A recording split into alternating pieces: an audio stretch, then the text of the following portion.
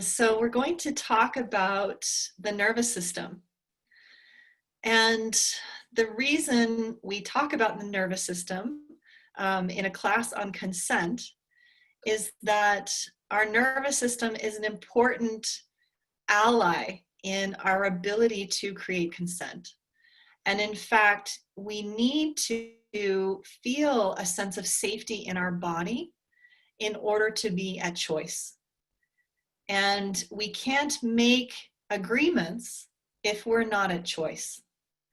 And so understanding what's happening in our nervous system, becoming aware of where we are within our different neurological states, is a way to help us come back to and create a sense of safety. And from that place, we can engage with others and we can create clear consensual agreements. So I'd like to talk about a theory of the nervous system that's used in a lot of trauma therapy and somatic therapy. And it is called the polyvagal theory. So how many have heard of or are familiar with the polyvagal theory? Few, great. And for how many are you thinking poly what? Never heard of it? Okay, great. So the polyvagal theory is a relatively new theory of how the nervous system functions. And it was created by Dr. Stephen Porges, who is a neuroscientist, in I think it was the early 90s that he came out with this theory of how the nervous system functions. So up until this point in time, most of us were taught about the sympathetic nervous system, which is our mobilization. It's the fight or flight response. And then we have the parasympathetic nervous system, which is the down-regulated rest, relaxation, rejuvenation. And the idea was that it was about finding this place of homeostasis or balance between the two. And so Stephen Porges basically has turned that theory on its side, if you will. And he's created a hierarchical structure and added a third layer to the parasympathetic and sympathetic understanding of that. So I'm going to share my screen.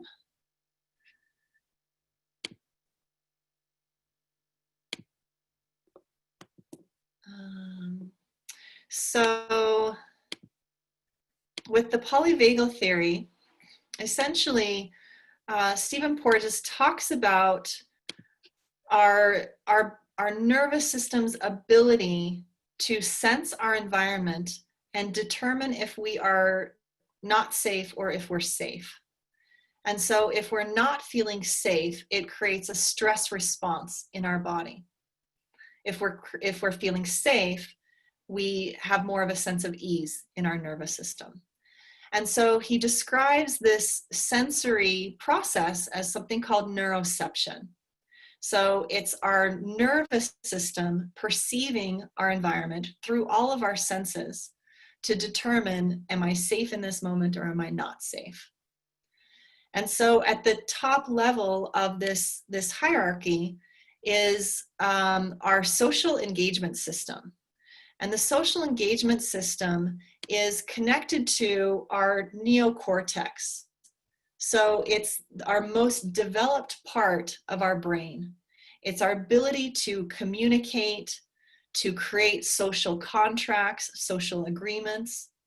It's our ability to engage with others and create this sense of safety, not only within ourselves, but within a group. And so this social engagement system is connected to our parasympathetic nervous system through our vagus nerve. And it is specifically our vagus nerve from our chest up through our face. And so it's connected to our nerves, our muscles in our face. It's our eye muscles, our ear muscles, through our jaw, our neck, down into our chest, It's connected to our heart, our lungs.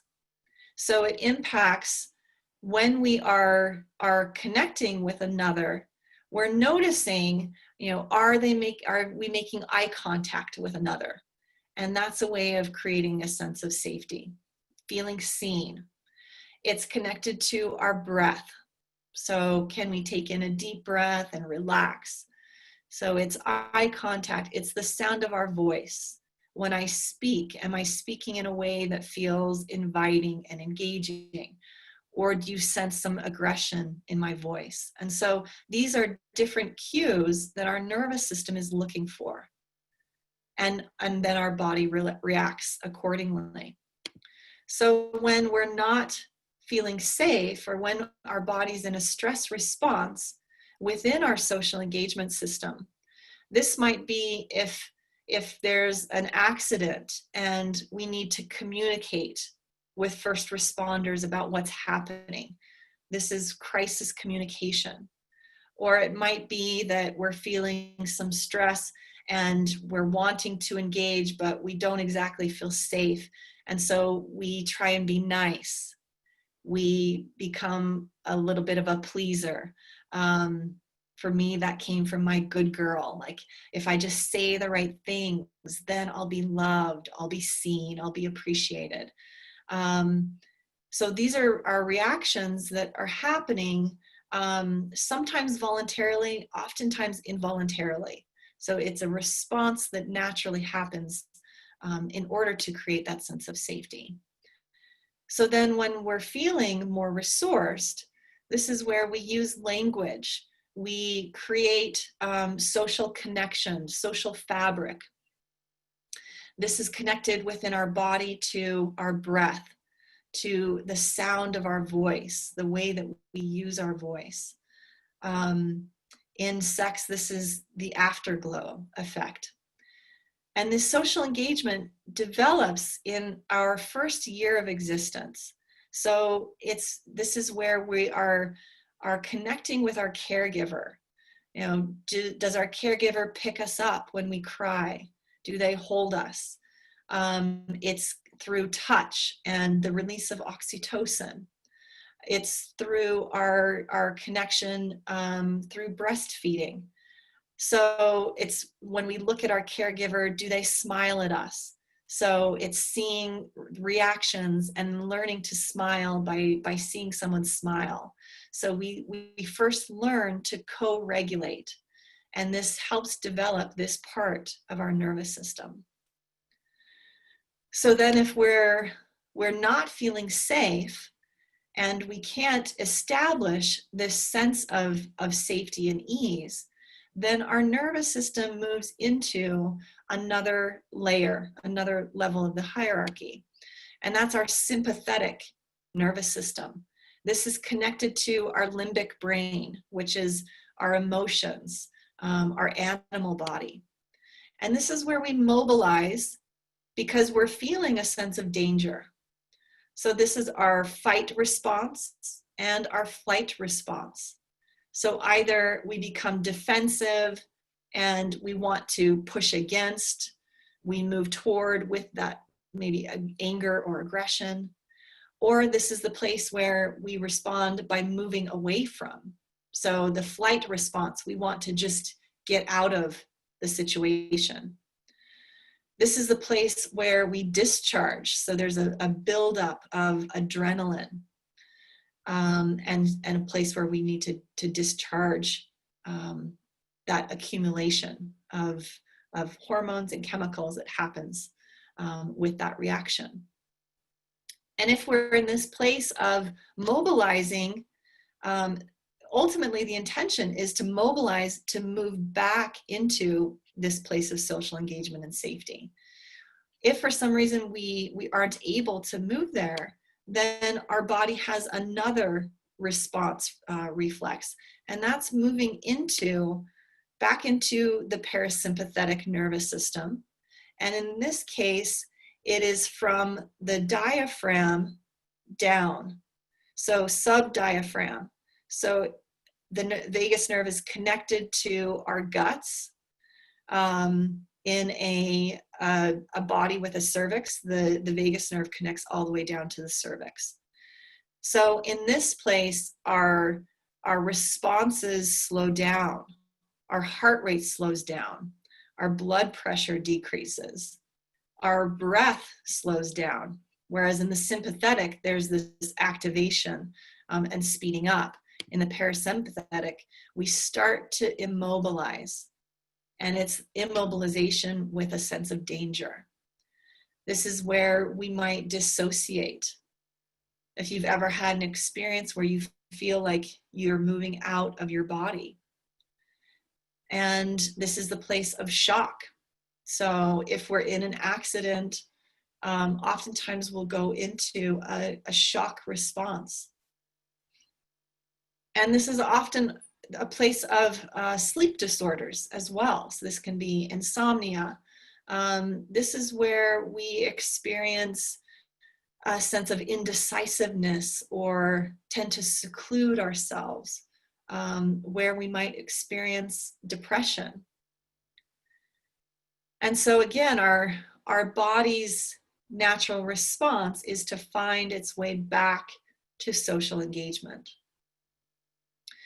So from this place, and then there's a hybrid state between mobilization and immobilization, and that's the freeze response.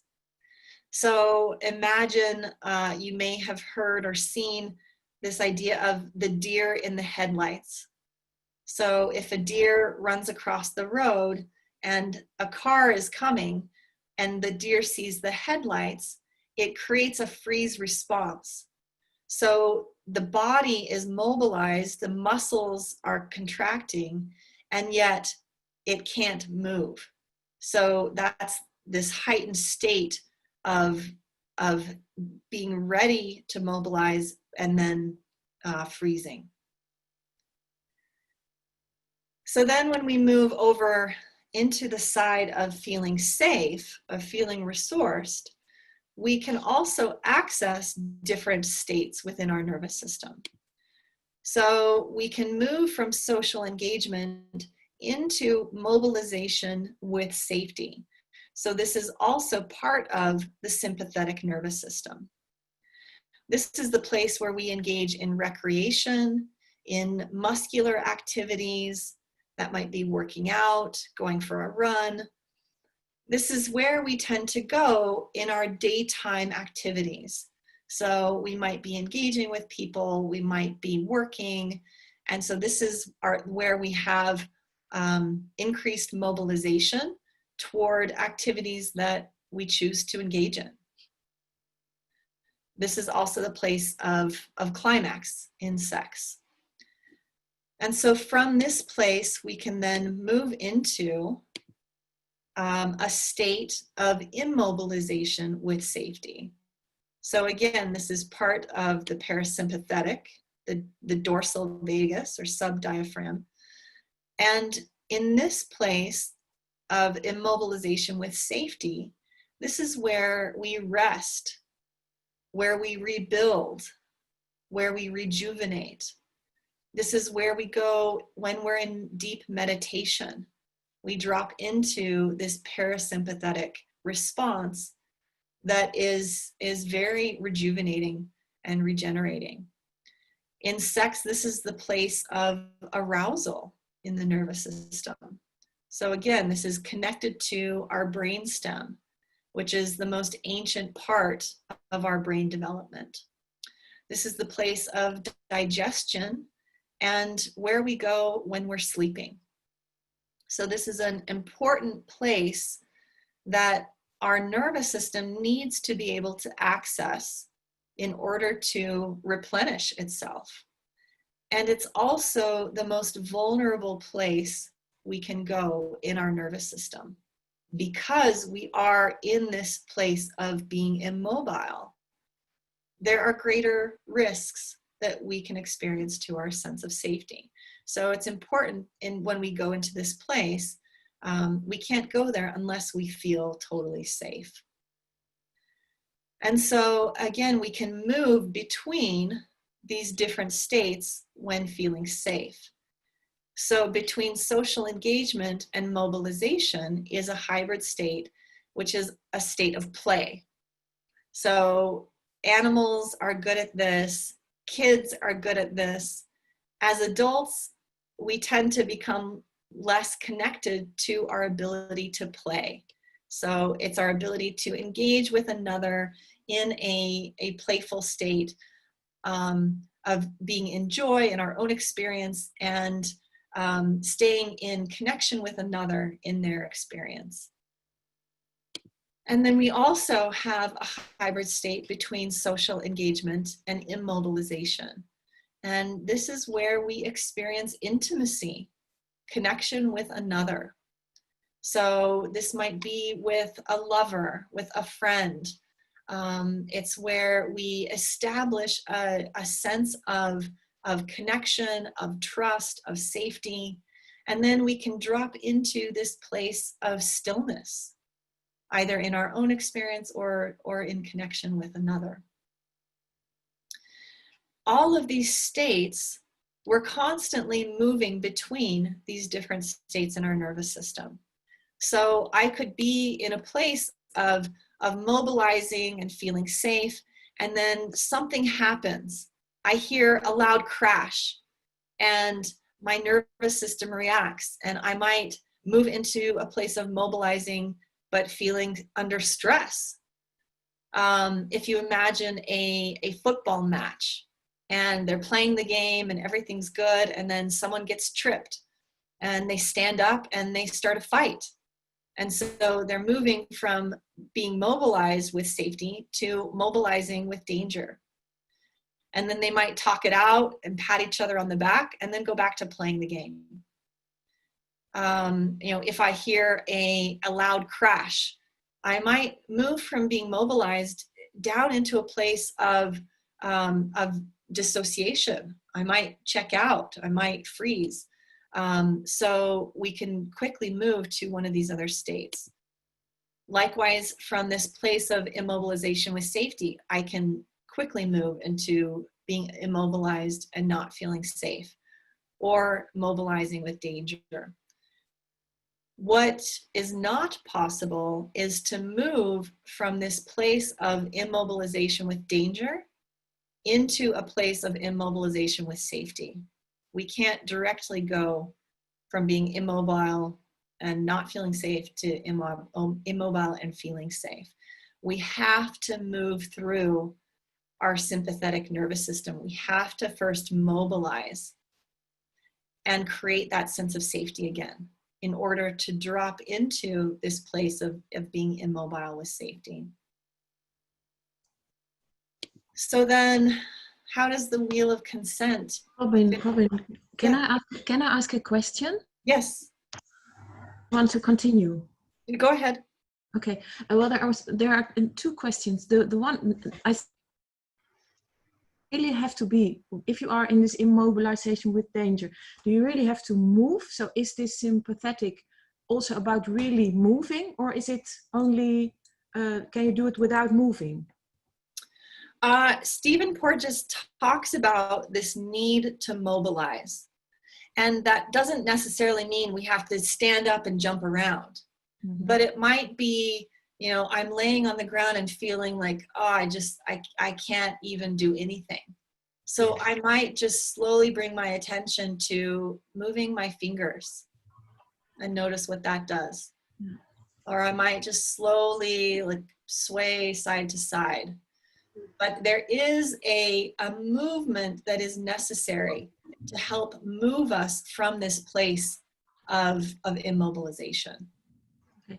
And one other question, is this something that is, this whole theory, is it something that are discussions about it, or is it something that's taught in every school? Is it, it seems so logical when you tell me, and you have this picture, it seems so logical, but is it something that scientists, for example, discuss about? Well, how many of I would put that back to the group, where did you all hear about this? So often there's a lot of information that's available about this. Stephen Porges has a book called The Polyvagal Theory, which is quite dense. He also has a lot of YouTube videos interviews with people, which I would highly recommend. If you just do a Google search for polyvagal theory and Stephen Porges, you'll come up with a whole list of videos that are much more digestible. It is a very logical description, and what I find to be very helpful, and I don't know that it's taught in schools and very widely. It is taught within particular professions, particularly those working with the body, working with somatics. Some psychologists or it's becoming more used in the field of psychology, definitely in the field of touch. So it's out there, and it's not completely widely recognized and utilized. Okay, thank you. Yeah. And we'll have a chance for more questions in just a minute. Let me just finish this last little piece of how the wheel of consent fits into this. So the wheel of consent is about creating agreements. It's about choice.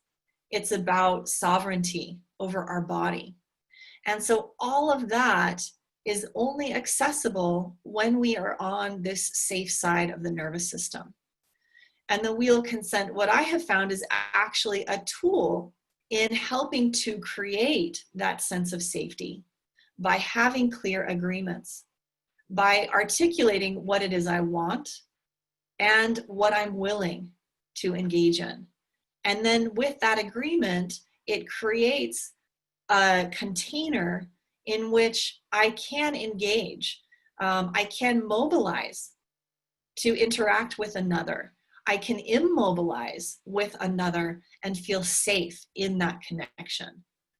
And so this is why it feels like an important pillar in being able to understand the wheel of consent. It's first being able to understand what's happening in our nervous system. So with this map, in any given moment, I can start to notice within my own body, my own system, what am I experiencing right now? Am I feeling some stress, some agitation? Am I feeling anxiety? And I don't know about you, but for me, I've had a lot more anxiety the last few months. When I read the news, I feel anxiety in my body. I feel some depression, seeing what's happening in the world around me. And so knowing that, then I can start to make choices. Okay, I'm having this stress response. What do I personally need to regulate my nervous system, to come back into this place of ease and connection and safety? And so we have two ways of doing that. We can either self-regulate, so we have tools to help ourselves feel calmer and safer. That might be, I need to just slow down and take a few deep breaths.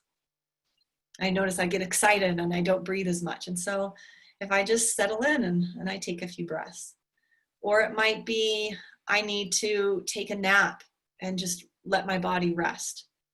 It might be that I need to move my body. So if I get in a fight with my lover, then I have to mobilize. I have to move, physically move my body. That might be going for a run or a walk. It might be stomping my feet on the ground. It might be screaming at the trees, but I have to mobilize. And so we all have tools. There are things you might be familiar with, like, oh yeah, this is what I do. There might be things that you're doing that you're not even aware that that's your way of self-regulating. And so just bringing more awareness to what's your go-to, what are your tools, and then adding more tools as you become more aware, like, oh yeah, if I just slow down and pay attention to my breath. There are also ways that we can co-regulate with others. So it's using the resources of another to help calm myself. So if I'm upset, I might call a friend and say, hey, can you listen to me for 10 minutes? I just need to vent and get this off my chest. You don't have to do anything, just listen. Or it might be asking, can you just put your arms around me and hold me for a few minutes? I really just need to feel like somebody's got me. Or can you tell me that you got my back? So there are ways that we can resource through connection with another. And so I will pause there, and any questions? No, that's pretty dense.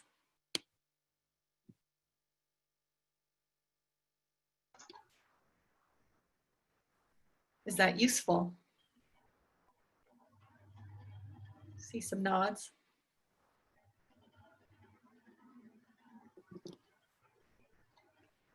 All right. So this is, we'll send out this picture for you, and I would encourage you to print it out or maybe make your own drawing of it. You can have a little art project this week and have this picture someplace where you can see it, where you can refer to it. You might notice that even as I'm talking about these different neurological states, you might notice an activation in your body. And so just, yes, some people notice that, like, oh yeah, even talking about the fight response, I notice my body reacts. And so notice in this moment, right now, what might you need to come back to your social engagement? So is that taking a few deep breaths? Is that maybe mobilizing a little and moving your body in a way that feels good? Is it taking a little stretch? Drinking some water. So in every moment, becoming aware, our body is constantly giving us information. And the more we slow down and pay attention to that, the more choice we start to open ourselves up to. Yeah. Yeah, many of us were not taught how to be in that safe side of the nervous system. We weren't given tools to resource ourselves. And you're all here and you're learning. And just that choice of being here is shifting patterns. So there's a lot happening even without us being conscious. And the nervous system is designed to do this. It's designed to go into a fight-flight response. It's designed to go into a freeze response or a shutdown response in order to keep us safe and prevent us from feeling harm or feeling pain.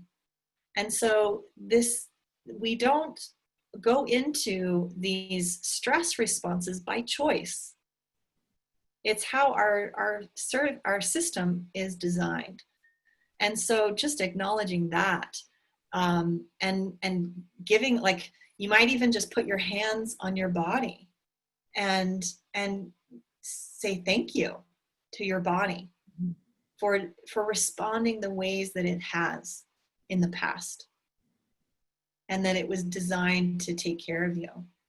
And then from that place of compassion, we can then start to make different choices. Okay, I don't need you to shut down right now. Okay, what else is possible? And you might even, draw this diagram out and write in some notes for between each of these states. Like, what do you use in order to regulate, to move from one state to another? And start to identify what are the different tools that you have. And as you say, like, the more tools we become aware of, then when we're in that place, we have something to turn to. And if we see someone who is dysregulated, a great question is, how can I support you right now? Instead of coming in thinking we know what the best thing is, how can I support you? What do you need right now? So shifting our language.